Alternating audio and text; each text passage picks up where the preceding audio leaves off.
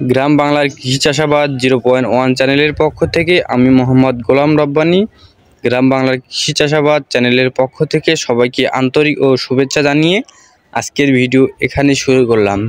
তো আজকের ভিডিওর যে বিষয় করলা গাছ নিয়ে আজকের ভিডিও হবে।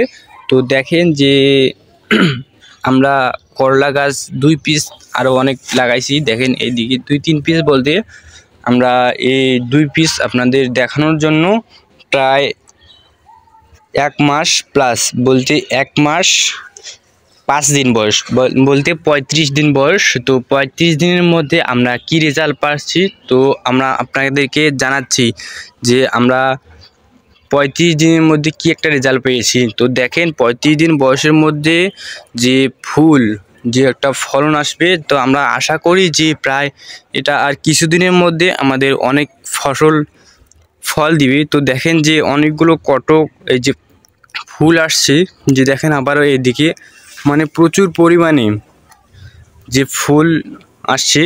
তো আমরা এটাতে অনেক গর্ববোধ যে আমাদের এই 35 দিনের মধ্যে এতগুলো ফুল আবার কটক আসবে। তো আমরা ধারণা করে নেই যে অল্প কয়েকদিনের মধ্যে যে এরকম একটা সুন্দর ফলনের দেখতে পারবো।